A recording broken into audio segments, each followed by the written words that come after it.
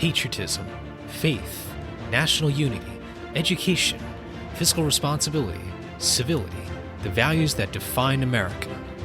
Fascinating stories and talks from America-loving patriots dedicated to preserving freedom, opportunity, and justice. Welcome to the Friends and Fellow Citizens podcast.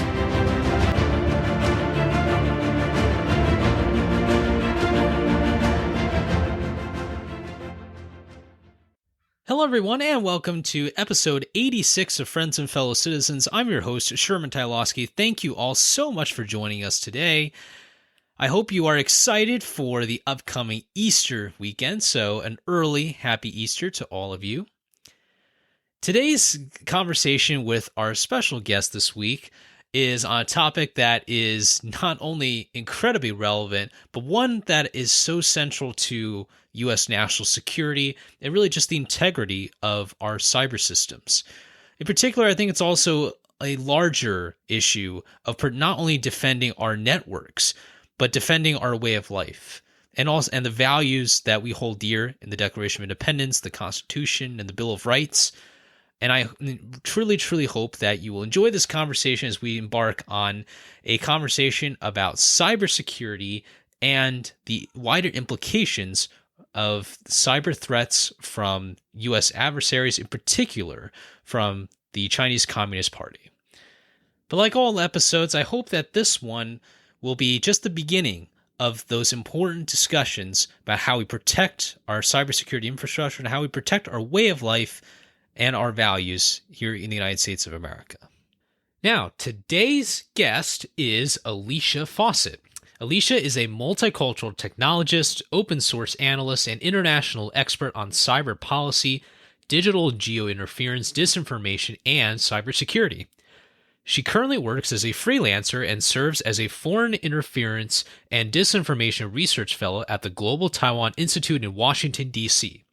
Alicia is deeply passionate about global technology ethics and serves on the advisory board at the Carnegie Council on Ethics in International Affairs, the U.S. National Cyber Moonshot Committee, and teaches a cybersecurity and international affairs course at the University of Economics Prague. Her career is credited with vast professional experience encompassing work within both public and private sectors. Alicia has been published and cited with the Atlantic Council, the National Bureau of Asian Research, Washington Journal of Modern China, India Today, Politico, and Young Professionals in Foreign Policy. She received her MA in International Economic Relations and Diplomatic Studies at the University of Economics Prague and her BA in Economics and Asian Studies at the University of Northern Colorado. And if she wasn't busy enough, she even speaks Mandarin Chinese, German, Italian, and French. All in all, very impressive record, impressive background. I'm very excited to welcome Alicia Fawcett to our program. Alicia, thank you so much for coming on to Friends and Fellow Citizens today. Thank you so much for having me. I'm excited to be here. Well, we've got a very, very important topic to cover today. All kinds of topics under CCP discourse power. And I just find this topic so fascinating, because, not just because of the times, but because it really goes so much into the mechanisms of foreign policy making from the CCP and really just the security landscape that we're seeing in our world today. Tell me a bit more about yourself and how you really got interested in this topic from the first place. Yeah, so I am a disinformation and cybersecurity expert, a subject matter expert. I work in the private sector and also with various think tanks located in the Washington, D.C. area. I've been learning about China, studying China for the past 10 years. I think it's a fascinating country. All of their philosophy is different based off of different ideas and interpretations of the world and of foreign policy. So it brings me to our current state of the world and how the US and China view each other on this global stage. Fascinating. It's a whole discipline in itself, and I don't think any single person in the world can say like they know everything about it. So it's always like a working area of knowledge.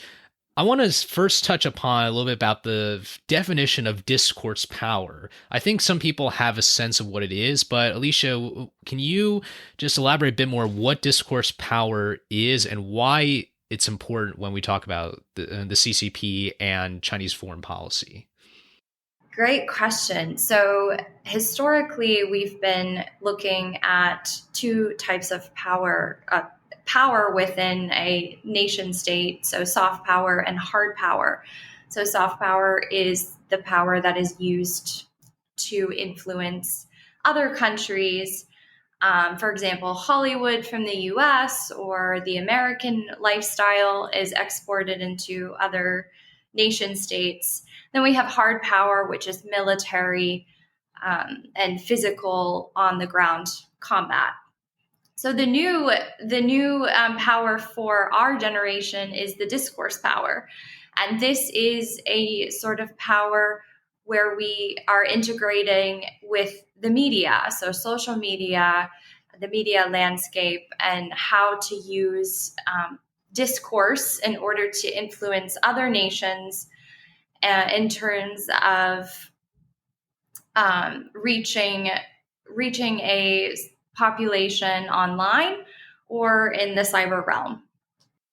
And when it comes to just some background on CCP information warfare, I mean, technology obviously has advanced a lot over the last few decades, but how do you think discourse power has really augmented within Chinese foreign policy? And in particular, if you can go a bit more about just even a bit further into history on how the CCP has been able to transmit his message or to try and persuade others or with propaganda and all that. What can you comment about with regards to the CCP strategy on information and information control? Yeah, so the CCP strategy has always been a form of nationalism, of telling the China story domestically and internationally. Since the invasion of the British back in the 18th century, China has always formed a central image within the world. So it's important for the CCP to carry this on and claim the right of discourse within the international stage. So there's something called Hua Yu Qian, which is right and power, and this means that China has the right to be or the right to speak and be heard. So this is really important for China historically and in the present moment to have a say in the international realm on how to organize societies and how we live within nation states.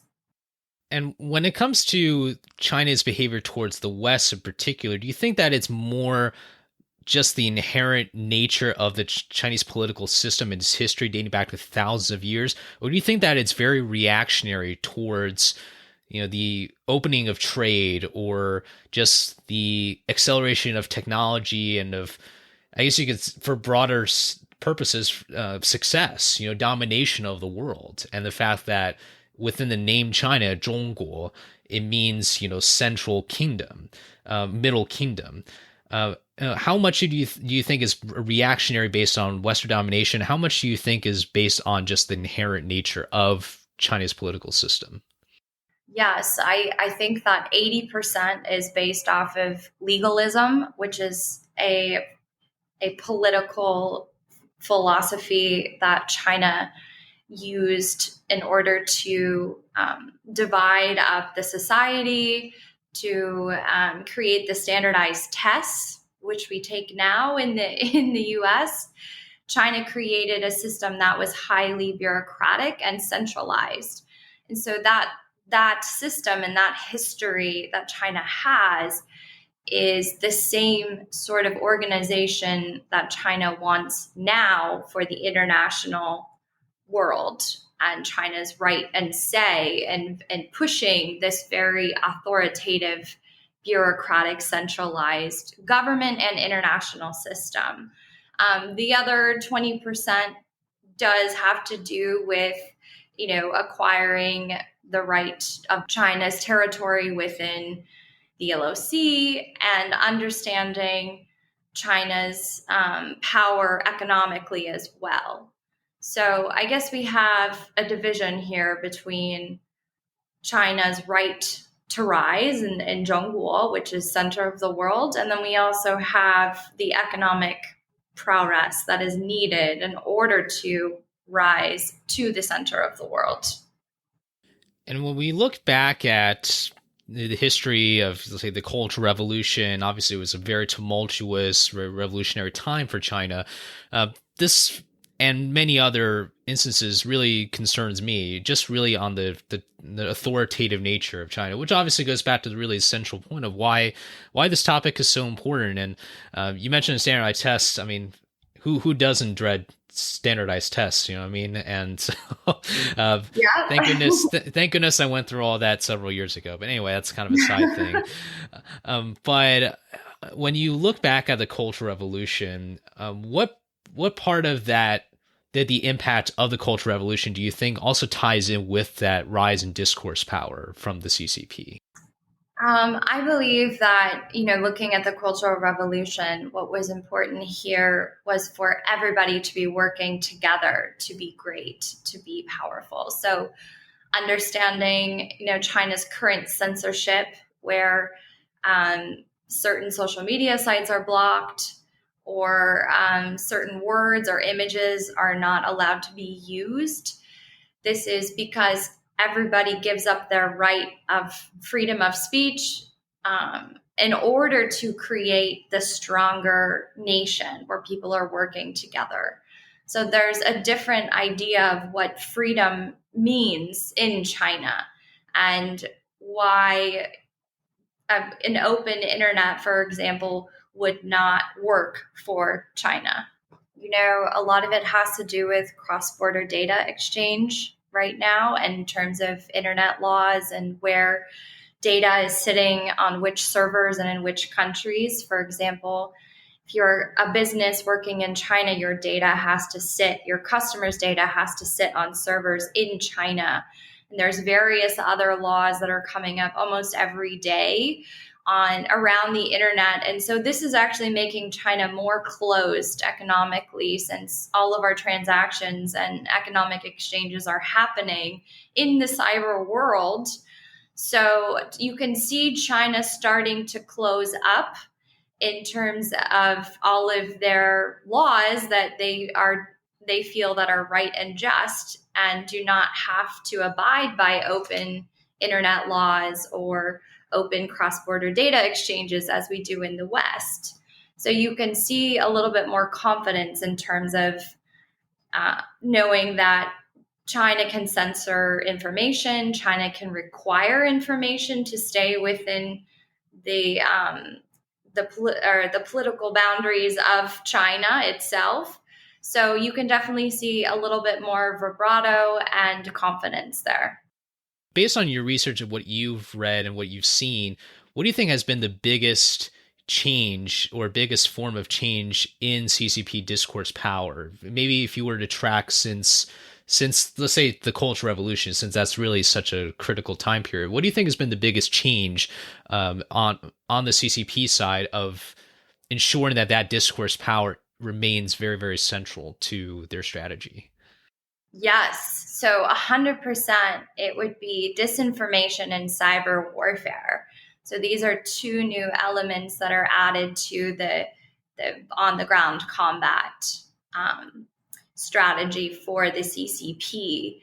So if you look at some of the new departments that China has created, they have focused on space, psychological operations, and propaganda or external influence. So you can see even within the Chinese structure that they're moving towards this psychological operations momentum, and the reason why is because it's easier to influence the hearts and minds of citizens and cheaper that to pay an army of internet trolls and create sock puppets, which are fake accounts, than to actually go to war. So, or hacking, or hiring APT groups, advanced persistent threat groups, to go and attack another nation's critical infrastructure. So the reason for this, and the giant shift from the propaganda that was created domestically, and for the CCP to focus on only its citizens within its own country, has now moved to other countries.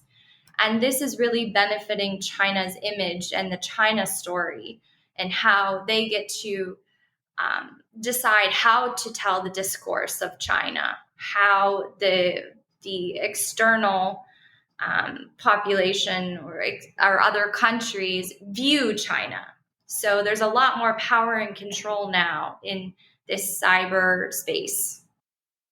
Indeed, it's just very, very concerning trends, and something that obviously has raised the attention of the U.S. government and of other really Western governments, and really just a lot of people who are concerned about foreign policy. And so let's kind of go into some of those tactics and those strategies. So, Alicia, what would you say, if you could pick maybe the biggest 2 or 3 kinds of strategies and tactics that you've seen from the CCP? What sort of things are they doing to raise their China story and to really push for this discourse power beyond its borders?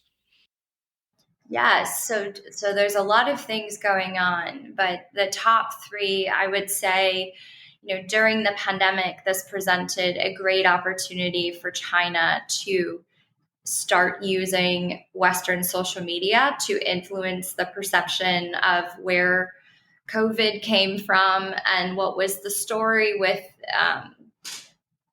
our current pandemic. And so using COVID diplomacy online and spreading fake news or fake images about other countries, trying to influence other nations to think that it did not come from China.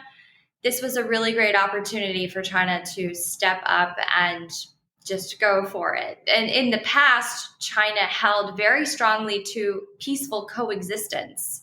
So the 5 principles of peaceful coexistence would be not to meddle in the in the domestic politics of another nation. Now we see, since the pandemic, that has completely changed.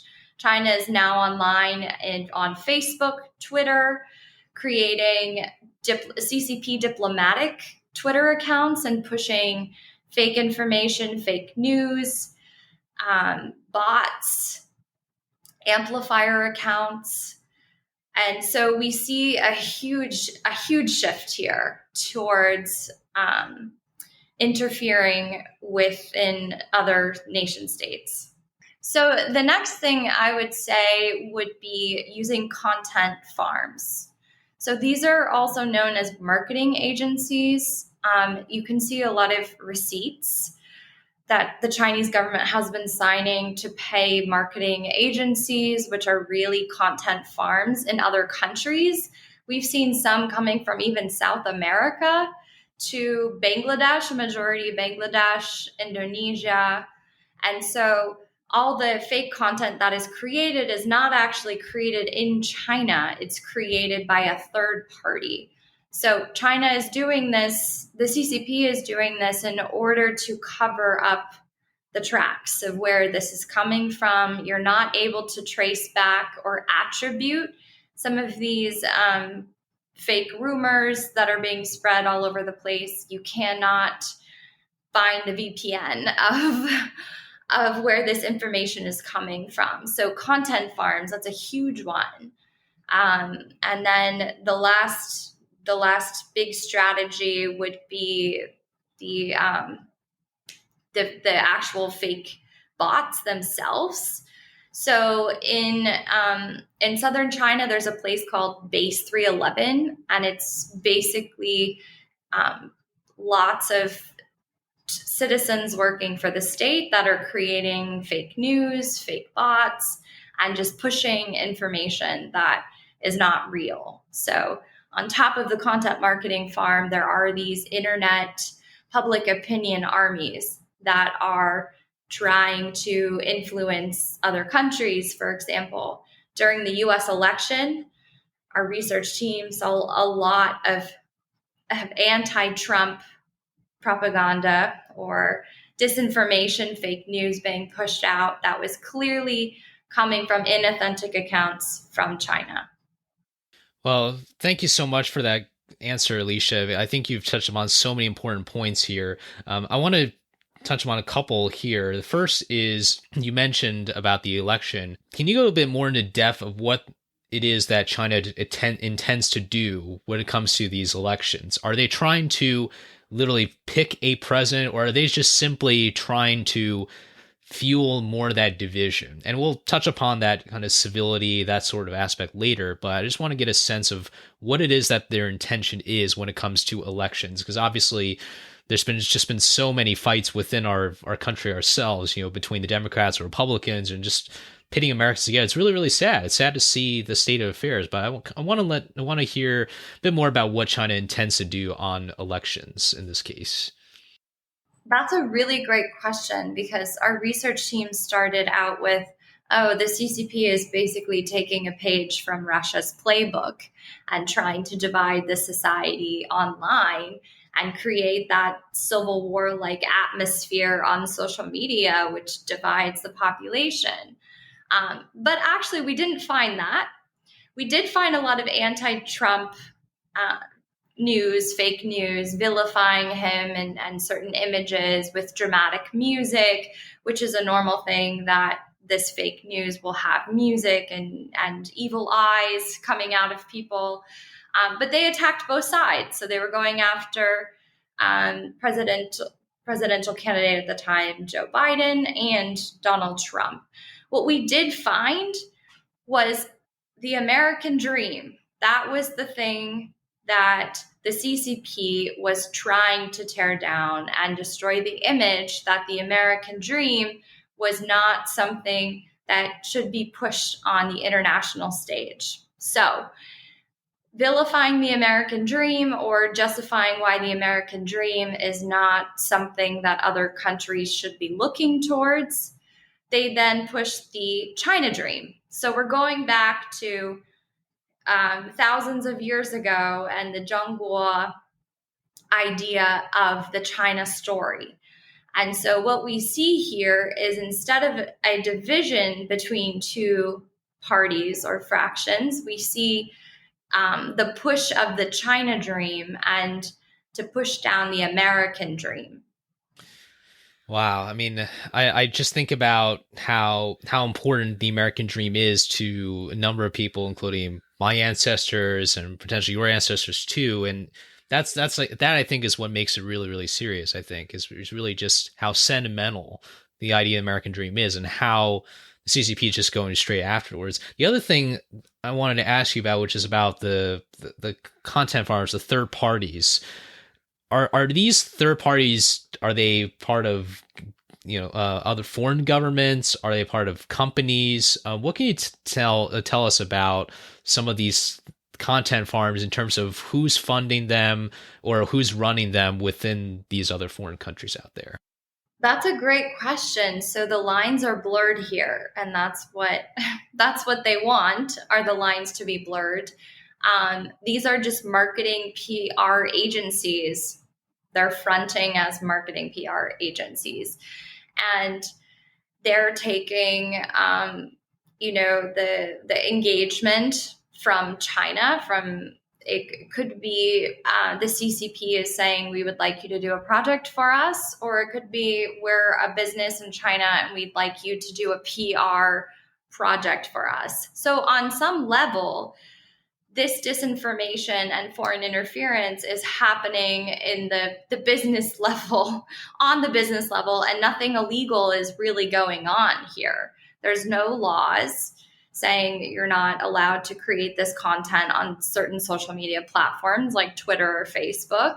There's nothing really stopping these transactions from happening on the content farms or, within these marketing PR agencies. Where are the CCP getting their cyber talent from? There's been a lot of talk about the security concerns and the implications of people stealing technology from the US and other Western countries and other countries that have organically developed that technology. But China obviously has no regard for IP and for privacy and all that, as anyone can tell. So are they getting a lot of this talent from people that they have influence, or how does that kind of hold? Generally speaking, how does that whole dynamic work when it comes to literally getting these kinds of cyber people into those farms and into those centers to spew out this stuff? They have websites that are Chinese nationalistic websites where they're trying to recruit patrons, IT patrons, to do this work. There's a lot of ideological formation of come work for the CCP, come work for your country, give back. So, people are thinking that they're doing something good for their country, which, how can you say, what are you doing? But at the same time, you have these kind of websites that are recruiting, and most of these websites are on the dark web as well. And then you also have APT groups, so just independent groups, which are advanced persistent threats groups. And the Chinese government will then contract these groups to do the work, the cyber talent, like I said. And then the last thing is the base 311, and a part of the Chinese government is just having these armies. Some people like to think that the Wu Mao, which is the 50 Cent army, are creating a lot of this content that's being pushed out. And there's a debate in terms of, are those just good? Are Chinese citizens thinking they're doing something good for their country, or are they paid, sock puppet creators that are pushing this information out? So there's really a debate in between the nationalistic tendencies and then the actual contracting and financial gains of working for the CCP and creating this content that interferes with foreign nations. When it comes to influence, one of the most disheartening stories I read recently was really when I read that the chair of the chemistry department at one of the most historic and most prestigious universities, Harvard University, was indicted by the Department of Justice because he was essentially getting paid by CCP. And this is just a one example of how destructive a lot of these things are, because I can certainly tell you that when I was in high school, when a bunch of people were in high school, we always followed this whole idea of the pursuit of knowledge, right? Pursue knowledge without this world of some kind of financial gain, or at least financial gain from other foreign countries, certainly ones that have horrible human rights records that have no regard for privacy. So, using kind of based on that example here, Alicia, in your view, what are the kinds of implications and what are the kinds of effects are there from these bots and from these campaigns that you see all the time here in the US and across the world? Yeah, if you look at the 2020 Taiwan election, you see the CCP was targeting college students to make some extra cash to be an influencer online. And in Taiwan, there's a very famous social media site called PTT, which is for college students. And so you could see there was a form of targeting of the CCP and trying to then pay students who are looking for, $5. When you're a student, you're poor, taking on these projects that were online where you kind of like freelancing, right? And then being financially rewarded. Now, whether or not they were aware what they were doing or they were, I don't know. But you do see a lot of, people taking those financial incentives and pushing this information. So the line here is ambiguous, and do people really understand what they're doing? And have these projects been presented as in like that we are the CCP and you are doing work for us to influence citizens of the United States, right? So this has happened a lot. There's been a lot of espionage within the U.S. and private sector companies, and Harvard, for example. And unfortunately, this is something that the US government will have to continue to follow, because it's very easy for someone to be working in a high up position, especially in the private sector, and to go undernoticed. My big question to you, Alicia, is where's the line that we have to draw in the US when it comes to the idea that you can operate as a business to maximize profit, but at the same time, the virtue signaling has to stop somewhere, right? In terms of what you stand for as an American business. Are you American business, or are you just a business that doesn't care about any kind of line between right and wrong? Exactly. That's a really great question.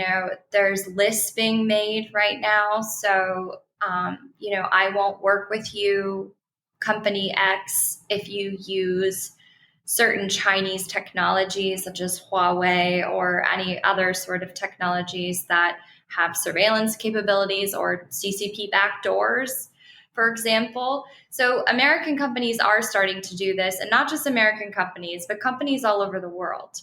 So I think in the technology sector, it's a risk for their customers to be hacked or their data to be stolen.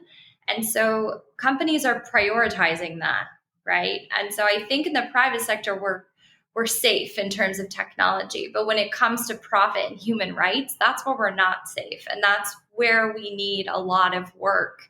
For example, looking at Hollywood, and when Disney shot the movie Mulan in Xinjiang, this was based off of profit, obviously, and not human rights. And I know myself and a lot of people I know boycotted watching the movie because of this. So I think there's individual actions we can take as citizens where we are not responding to the private sector looking the other way in terms of human rights and valuing profit over human rights. But there's really a lot to be done. There's a lot of laws to be written.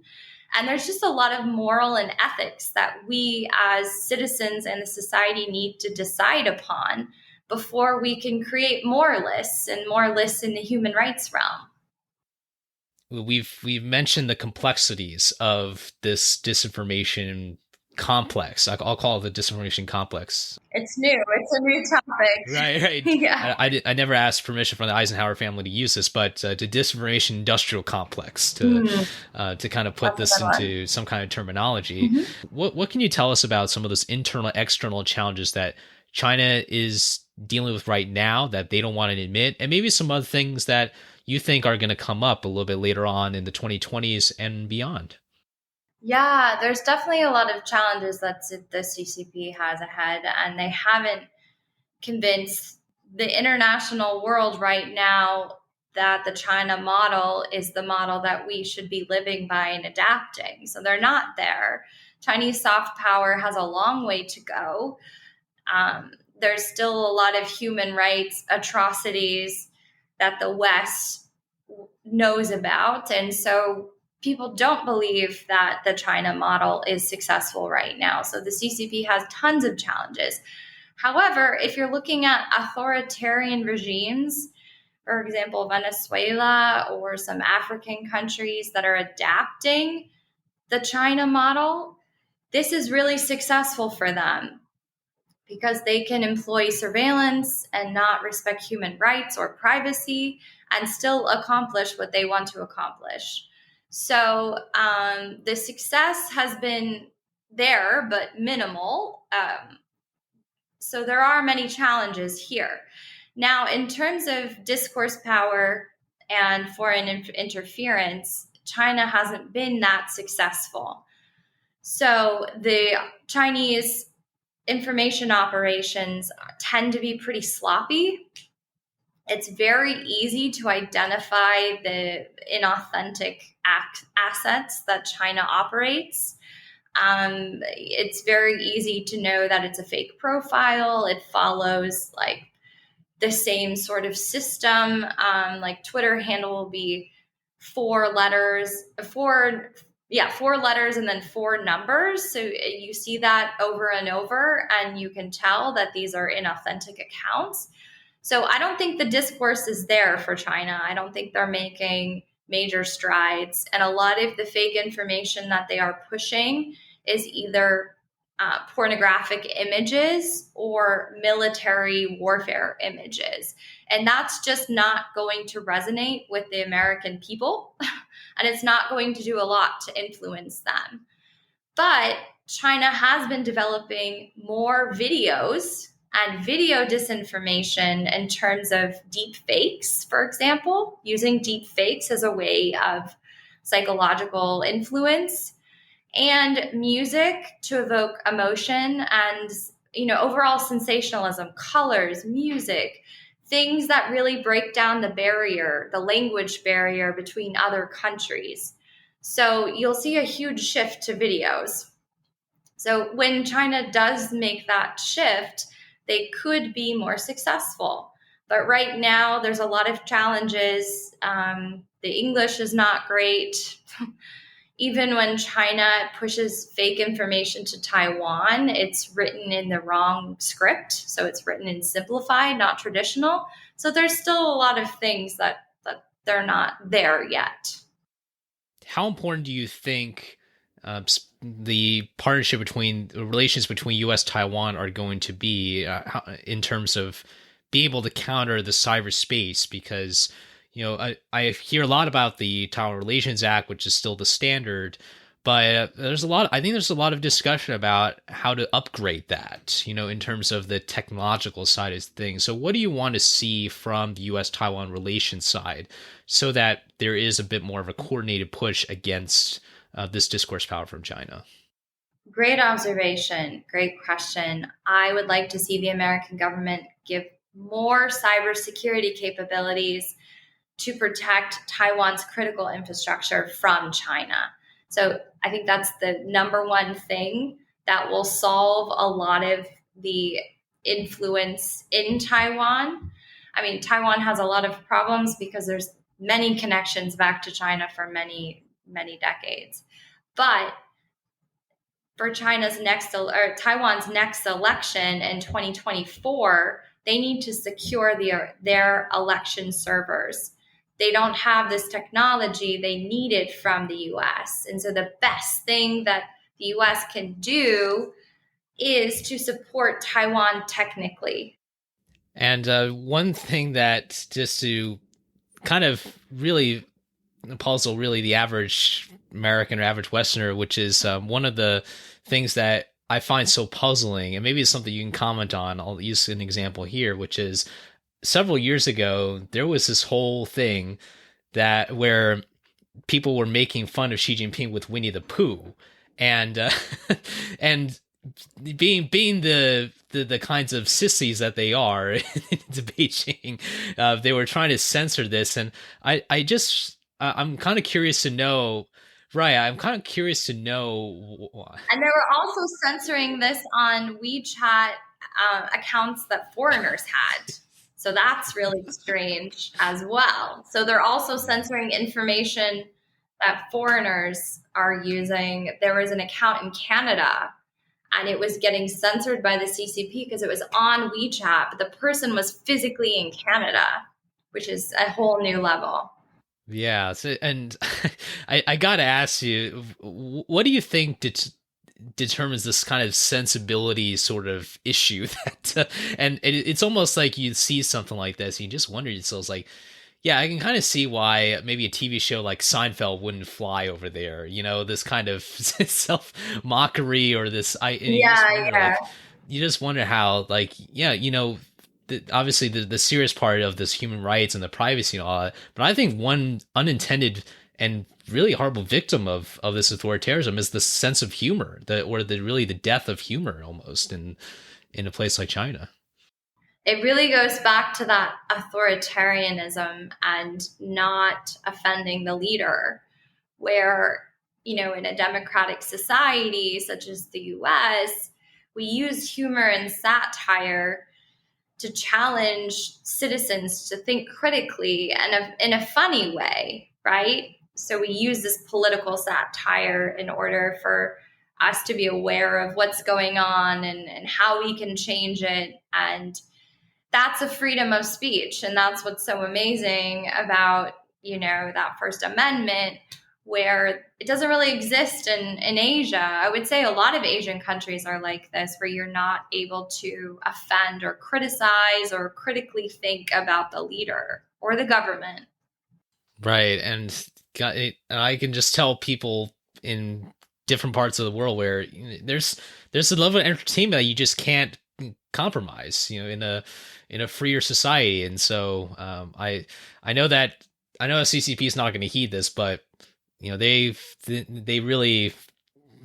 could really up their humor level, obviously, which is not going to happen. But yes, oh my gosh, they could have maybe there's so many jokes, so many unsaid jokes that could be happening. Exactly, but goes to show the contrast between authoritarianism and a free society. So anyway, we'll set that aside. But what can you tell us about just the security challenges and the discourse challenges that the CCP poses to the Indo-Pacific, generally speaking, and how that affects our national security standing in that region and perhaps a bit broader across the world?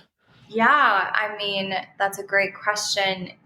China is taking over the region right now, in terms of pushing, naval power, claiming islands that are disputed between the Philippines and Vietnam. And so you see a lot of on the ground operations happening in Asia. Now, you don't see a lot of psychological operations happening, though, in Asia. So that's really interesting to me, where China is targeting the West, where the West, we're in a vulnerability right now with the pandemic and, responding to this crisis. China, the CCP is focusing on the West instead of looking to Vietnam or Philippines to influence them psychologically. So there's more on the ground activity or on the sea activity happening in this region than what is happening in other countries and influencing, the US or South America, for example. You see Huawei as a really great discourse tool, or even soft power, I would consider it, because a lot of Africa and South America have been building their 5G networks based off of Huawei. So, this is an area where China is still physically engaging in a sort of on the ground combat. Now, you can look at Taiwan, and there's a lot of targeting to Taiwan because of the history of Taiwan being founded by a political party in China during Mao's communism. So it's interesting to me to see if China will make that shift back to the Asian region and away from Africa, North America, South America.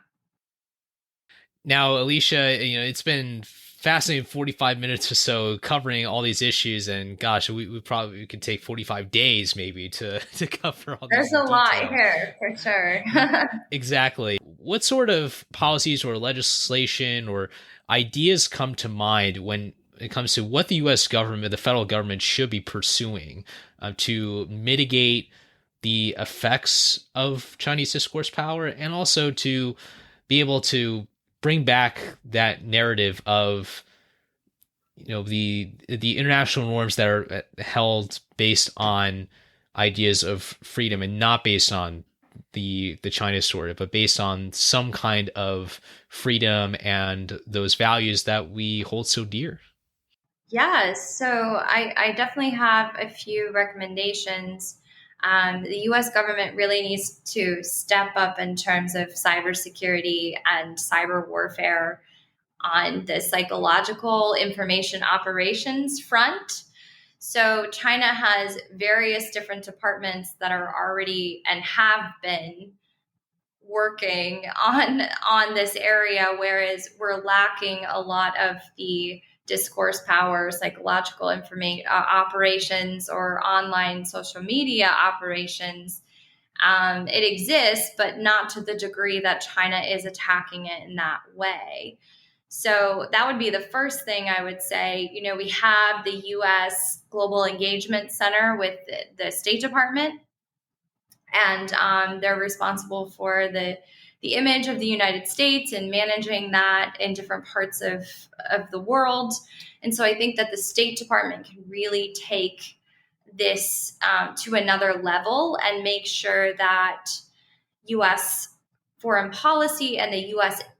American image abroad maintains its credibility and its messaging of democratic freedom and everything that is available in the United States. So I think that the State Department can play a huge role here. I believe there should be cyber diplomats, cybersecurity diplomats all over the world working on just cyber issues in a particular country and combating Chinese disinformation in different country and Russian as well. So I think we need to step up and we need to address the issues that are happening right now in the world.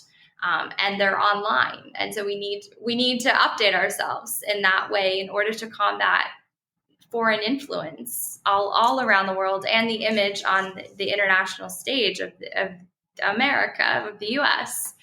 Another thing I would recommend is working with social media companies. Social media companies play a huge role in taking down fake information, fake news.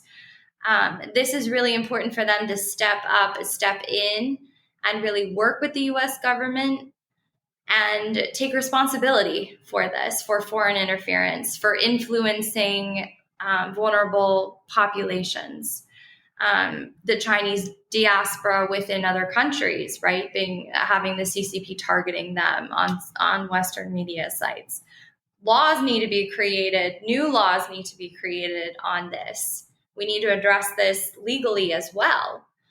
And yeah, I think the last thing I would say is just for citizens to be aware, to practice cyber hygiene, to know what information they're reading, to check their sources, their facts, and to understand how the online environment works, and to just not take any information that is presented to them as the truth, to really do their homework and really think critically about what they're looking at.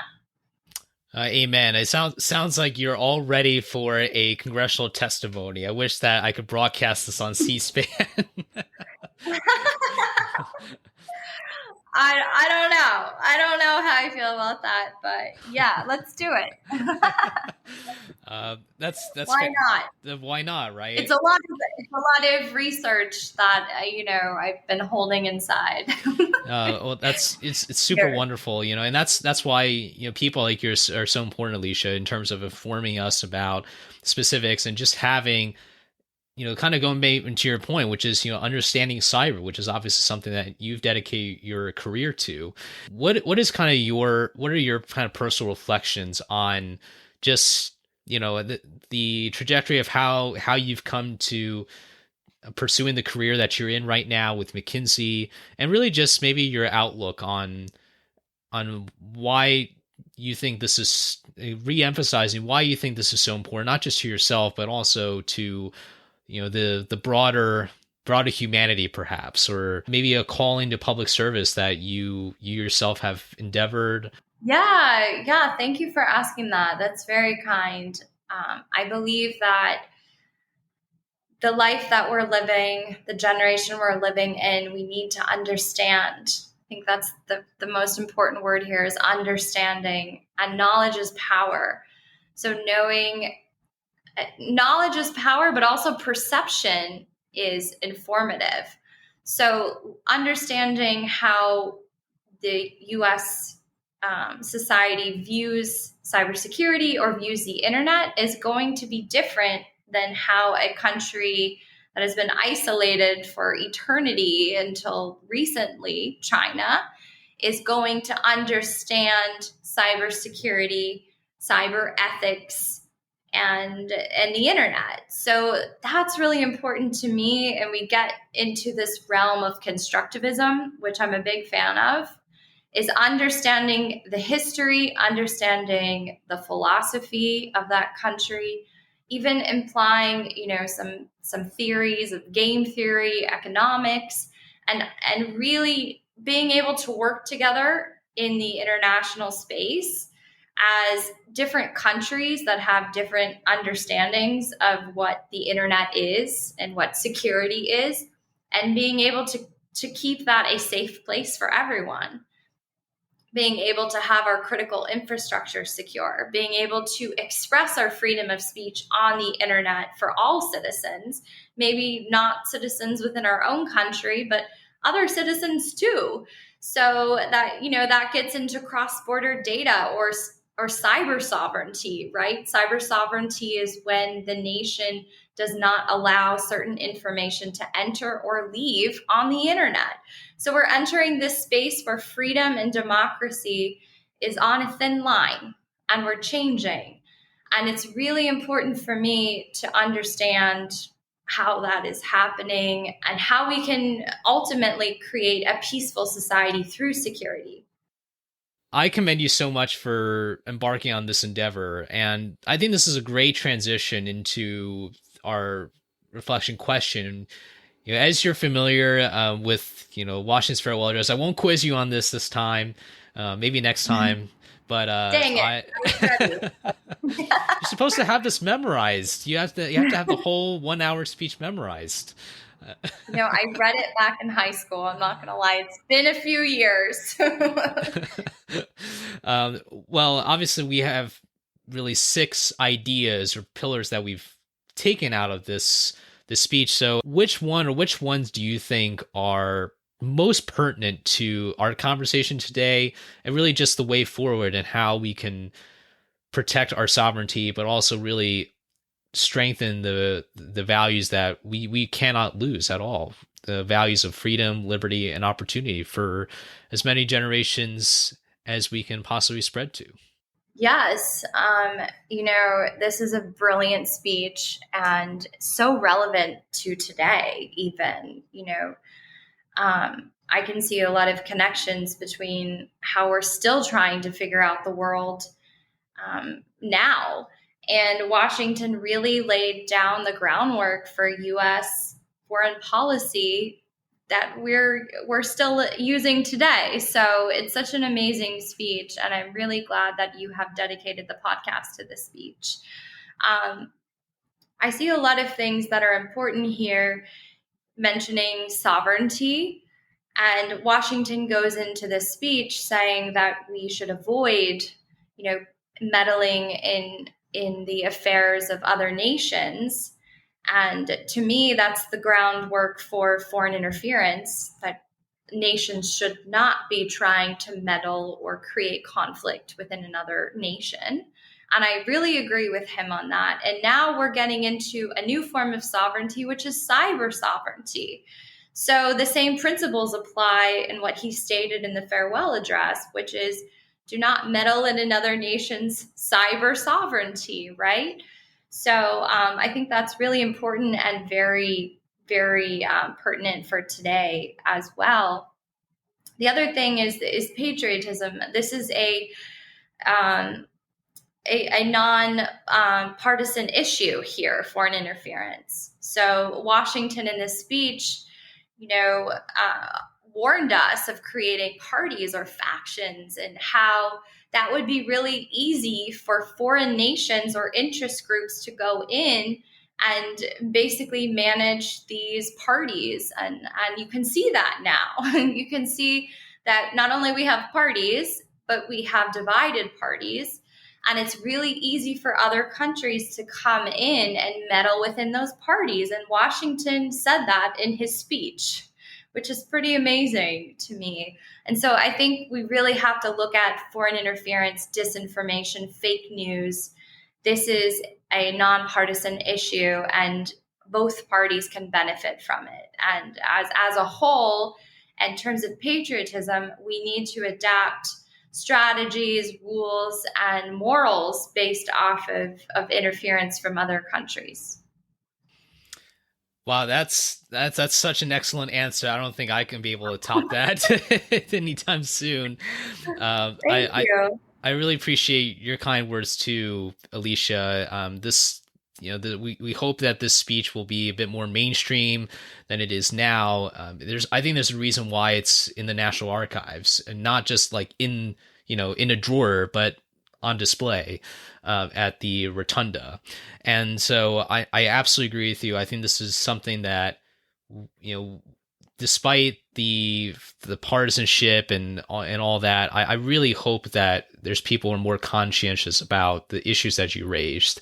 And just to really go back, I love what you said earlier about how, based on your research, you found that there really is an attack on the American dream. And we all, here in America, we all have a connection with that. And that's what's really, really binding, is the connection that we have with this grander idea.